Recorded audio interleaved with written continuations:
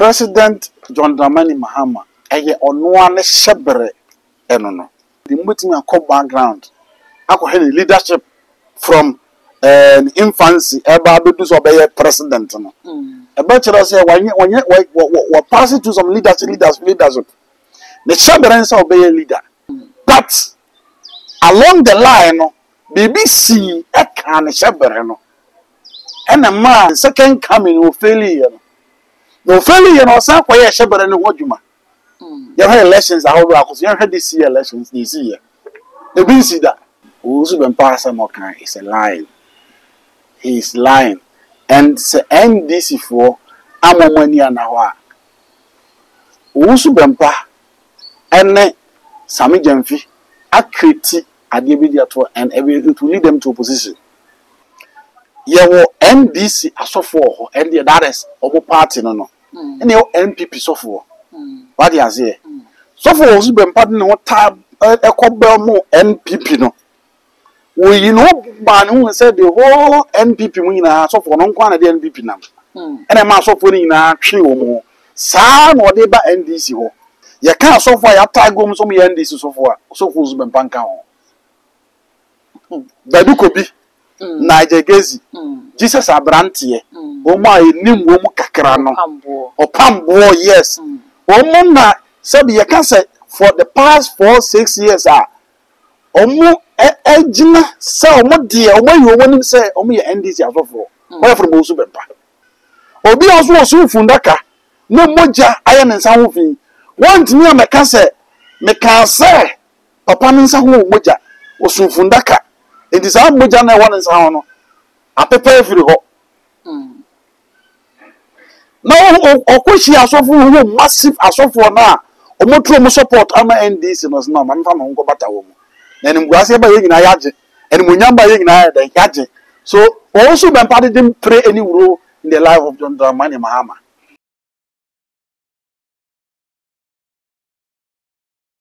Ghana batso ba kwa yeto ye emunchirimu no akwakoye bebre asofo no mu bi kire se eye wom na ye niam bi digu fom ema na esiye no so esiye ebi so pra kire se da bi asofo no wom anya hwe ne mom eye hyebre na yi ne ho adi St. Salas kire se abato na yeto ye ne hyebre ene Ghana bato no ewo bibi ene mensaka no ewo menchen ha ye ne betutu komonye bisa ne se hyebre no ro be ne play ewo Ghana bato ya yeto ye ntebusia ka me ho niema no akwaba AM Home Care and Nursing Home. Omo me hwa wo forma wo nya kwan waduma. Wo home care and nursing services, elderly day care, medication management, dementia, and Alzheimer care, physiotherapy services, post-surgery care, illness recovery care. Ni nyina ne say, obusuani bi kra na bi a wakwayare sabia ne yayi na befie. Na wo frɛ AM Home Care and Nursing Home for ya 24/7. Wo mu abekwa akokrokro no, ekwan befa so befa ni nduro, no mu entertain no. Na wo so nya kwan waduma. Ene AM Home Care and Nursing Home. Sabi na mi pay. Obutimi krokro busuafo kra kire wa umu. Omo wa hifa. AM Home Care and Nursing Home. Ewo Fanko, Accra, and Sawam Road. From 0540 344 837 and 0207 859995. Professor Ibo Akwaba. Mejo so many aba. Papa bibi aboko. Otumfo Nyankopon adom. Abofo otumi nti ya ho de se toro konkoro. Ye de Nyankopon ase. Hyebre ene enkrabea. Uma ye nyane nte sa baya yetu yi. Hyebre edi dwuma pa wa batu ni ansa ne beba so mimi sa se hyebre nankasa eyede ya kasa hyebre twikasa na twikasa bi a eka bi a na ni kyerkyere mu no emu do o se hyebre ade bi a hye bi ato ho na ebere ne nya no ye ne efe ne hyebre ade a ya hye ato ho ebere ne nya so ne efe ne hyebre ya hyebre Nioma miru ni aka bom. Ebre a ya hye. Eno na ye hyebre. Na ye hyebre. Papa on sabi bia ka se hyebre ne nkrabea, hyebre ne nkrabea nti se wa kire mu se hyebre no eye ebre a ya hye de ato ha ma bibi abre ne nyanso ye de a ene nkrabea no so ye de ya. Nkrabea ene hyebre ya ase batense. Nkrabea ne ye ne o kra se o baba be ye. Ebu an nkrabea nse obehwe asase so one day no asan akọ. Ndi ye wo na ade echi obewu. What you say? You will be no walk. Then crabby and obehwe. We are we see as no akọ. wabɛhwɛ no wɔkɔ sɛ ne wɔn ho hwie fise bi ebo ɔbɛhwɛ ɔno ne ɔno de ɔpɛ so ɔbɛhwɛ no wabɛhwɛ kɔ ne nkrabea no that is it ɛne yɛfɛ ne nkrabea de ɔkra na bɔfoɔ no sɛ ɔba wabɛhwɛ no wɔkɔ ɛne ne nkrabea nti obia wɔ ne nkrabea ɔde nam ɛwɔ asa nti nkrabea no hyɛ bere no ɛyɛ akɔyɛ adeɛ a ɛyɛ akɔyɛ baako batanyɛ baako okay nti ne mimisa sɛ sɛnea woka sɛ nkrabea obi tumi kra sɛ ɔno de ɔbɛhwɛ kɛkɛ no akonti ɛwɔ no na no wase ewu no wɔkɔ no ɛne na mibisa sɛ ne yɛn dada setena na se yɛn dada brabo yɛ ayɛbui hyɛ bere no ɛwɔ bibi yɛ wɔ yɛn so ana nkrabea no bibi yɛ wɔ yɛn so yɛn dada setena ne abrabɔ ayabɔ no hyɛ bere ɛne kuta yɛn hyɛ bere ɛyɛ yɛn sunsun mu dwetire okay yɛka hyɛ bere a ɛyɛ sunsun mu dwetire wade ase ɛte sɛ wakɔgye bosea ana yama o sika sɛ fa di dwa saa na hyɛ bere ne te ɛyɛ sunsun mu dwetire a wɔde ba bɛnante ate asefoɔ asase so hyɛ bere no enti sɛ yɛma dwetire no ahwɛ so yi a dwetire ntimi yɛ dɛ ɛhye to hyɛ bere a de bɛba asase sɛ wo nso wa mehwɛ hyɛ bere no yi a etumi hwɛre ofiri wo nsa no abɛyɛ miserable papa obi anim ne hyɛ bere ana yɛhwehwɛ hyɛ bere yɛhwehwɛ wotumi hwehwɛ hyɛ bere mu hunu ne yɛda w'anim ne ɔba abɛyɛ ɛne na wohwehwɛ no hunu a wotumi hunu anammo a wɔsɛ wotu maame bi a ne yɛfa Rebecca na wɔnyem na ohun of Philip some pain bi ohun sɛ pain na me feel feeling deɛ ɛbɔ na dwene ne nte ase so nti obɛkɔ Nyankopɔn diifu hɔ no akɔhwɛ deɛ nti ana yam ɛyɛ ne yasa ɔkɔɛ no diifu no ka kyerɛ ne sɛ deɛ nti a woyam ɛyɛ ɔya no wonyam na nyam na anyam no wonyam aman mmienu ɛyɛ ntaafo na da woyam na ntaafo na da woyam no ɔmo ko na ɔmo mbɛdu asase so a kuma no ɛbɛyɛ kɛseɛ asene ɔpanyini no ɔka saa asɛm no kyerɛ maame no wie pɛ ɛno ano no maame no yam na na yɛ gyae ndes wakɔhwehwɛ hyɛ bere no ɔkɔhwɛ mu nti wɔne ma na ɛba no wɔnim sɛ kea ne ke ketwa no bɛyɛ panyini nti saa ketwa no ɔbɛyɛ panyini no ɔkɔtɔn nso kɔdua a ɔbɛyɛ yie hyɛ bere no da homa no so ɔba bɛdi yie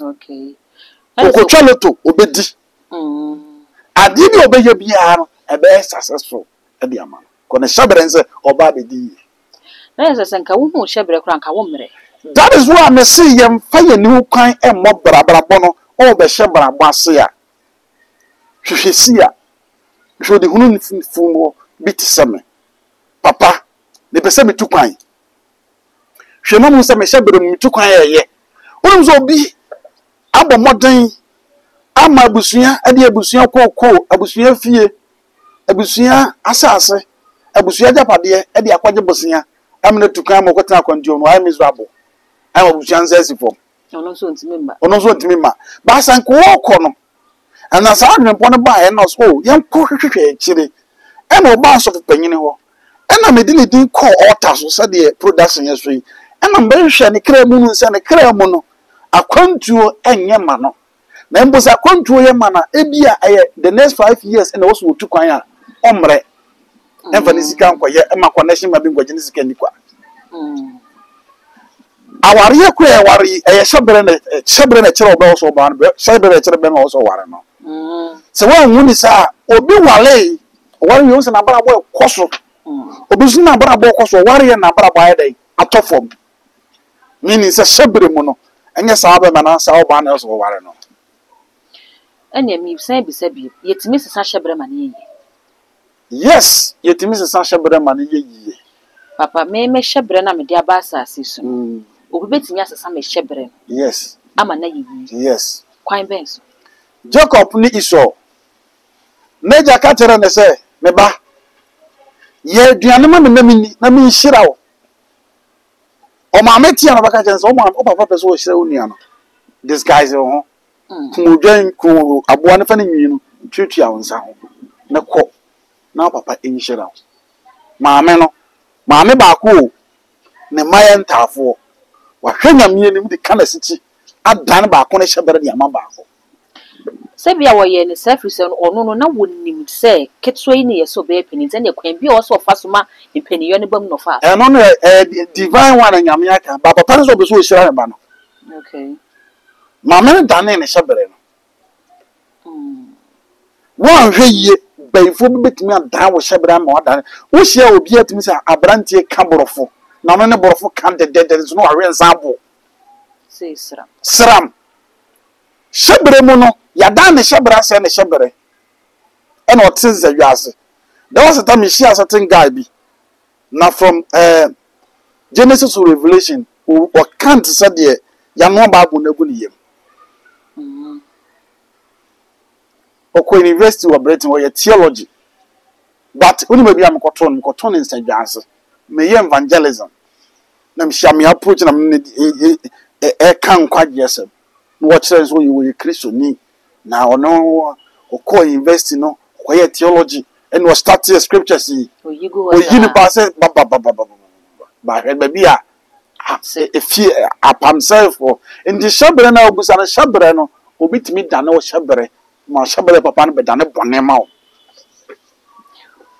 ne yetime gi shabele ni free nsem no wo ye bibi na ne ho da kwan yetime gi shabele ni free nsem ana se no ane se nipa no wo ho na won ka bi hye mu na se ya gi ne shabele dia mu bi o siso a na wo bobra hwehwe masters okay no mo protector ka masters a o mo ni sunsum o tin sunsum mu nsem but ye ha na ye fa bibia se normal o me bom pa me Kristo ni pe master bi na on protect you won kire wade a wo beye na obi ens kwesi wanim anse wanim ne pa se wanya sunsum mo bambo a obi be sai wo hyebere no abara woni na wo so Father, but we are two in come shall run and go from. Do na so for ne can fa ho. Wo mo ka saf de fa shebre ho say, oh, ne shebre ni ni twa kan bia.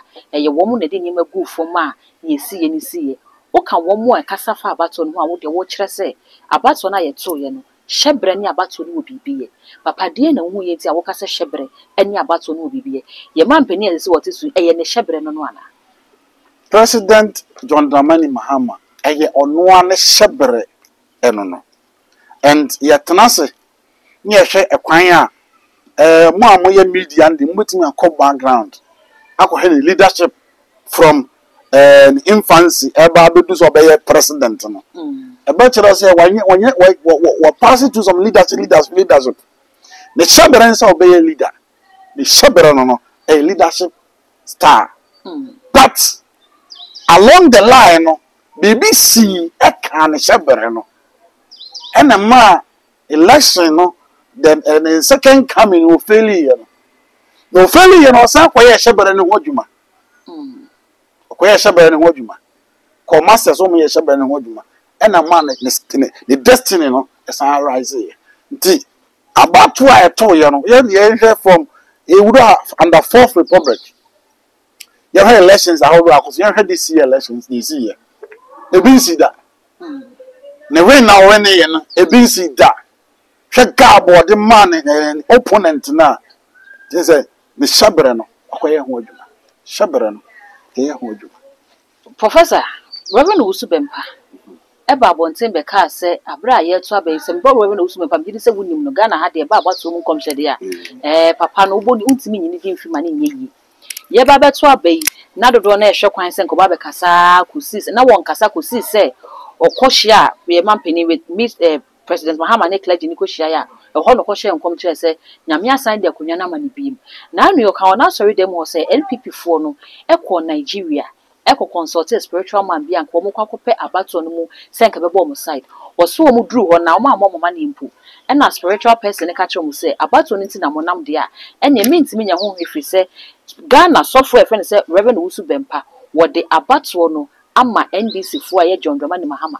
enti wonu ne bedi nkunim enti wo kire se president koye ne hyebre ne ho adwuma no enye ne revenue usu bempa ne ye ne mom ene mama mpanisa bedi akonya no oh antisa asmo kan de me sebi eburu sebi nyaado obi oni bi ni se ka sunsum sem e ka huhum nhwemu a me but the embarrass me kan say usu bempa asmo kan is a lie.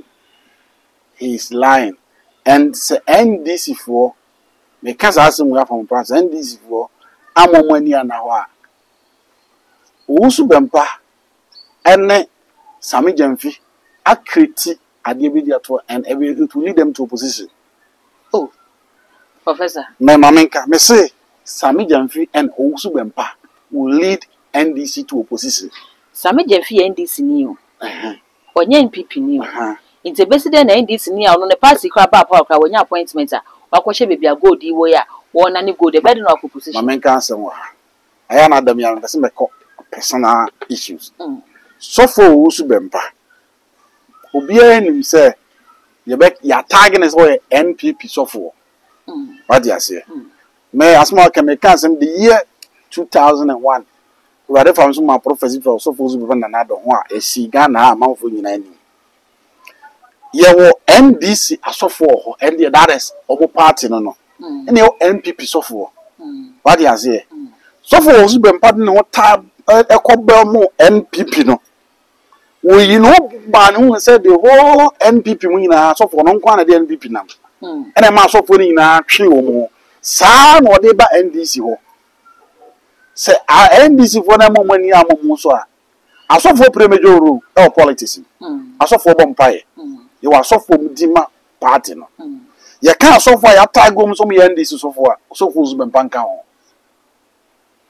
Badu Kobi, Niger Gezi, Jesus Abrantie, Oma Nim Womu Kakrano, or Pambo, yes. Omona said you can say for the past 4-6 years Omo Ejina say Omo dear, Omo you want him say Omo your NDC as for where from Zuben Bank.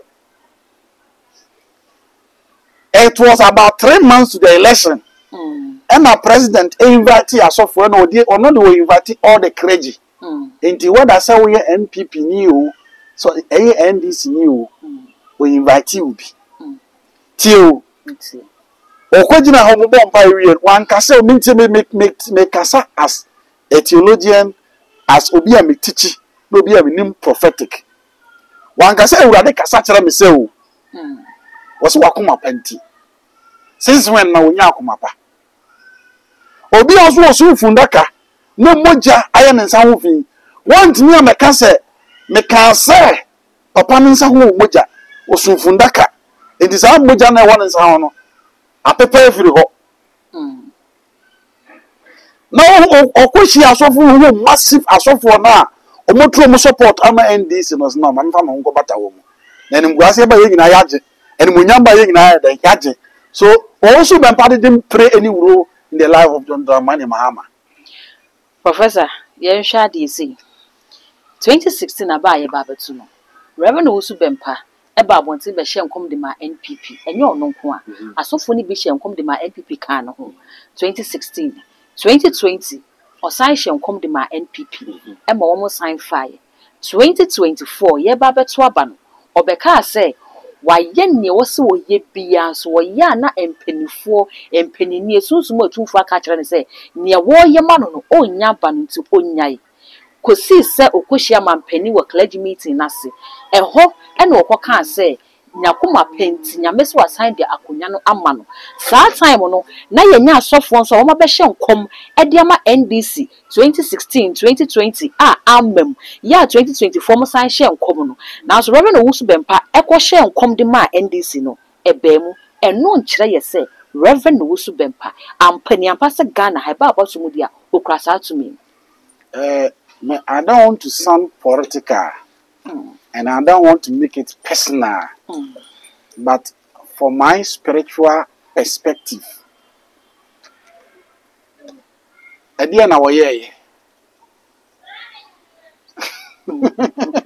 What do you say? Papa, you never say, question now, Bisano.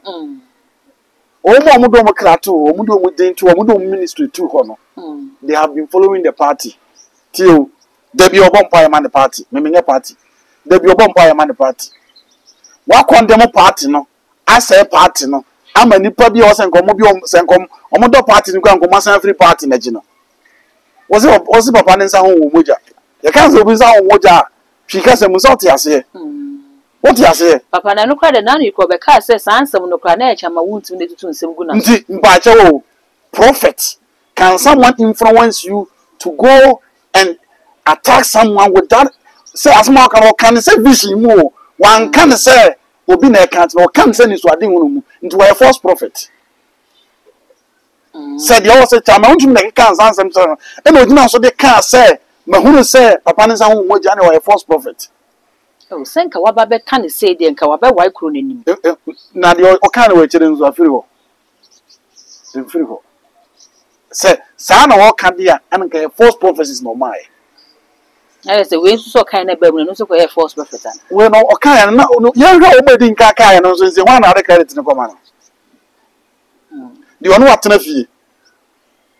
Akonsu ama wa wankore no. Aye adu mfimfin na da aye ma. Enu obi obesa ba gugu so aye ma wan na de credit be ma no. Enti na question na mi ba yi media na no. So bu sam question yi ano. Professor da question go. What you say? Fantastic.